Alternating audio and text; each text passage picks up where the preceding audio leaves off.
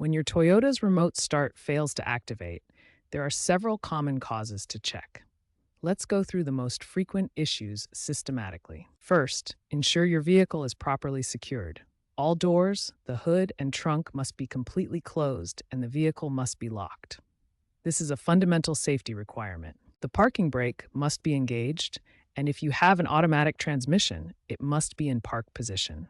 This prevents the vehicle from moving during remote start. A low-key fob battery is the most common cause of remote start failure. Toyota uses CR2032 batteries that need at least 2.8 volts to function properly. Any active check engine lights or security system faults will disable remote start as a safety precaution.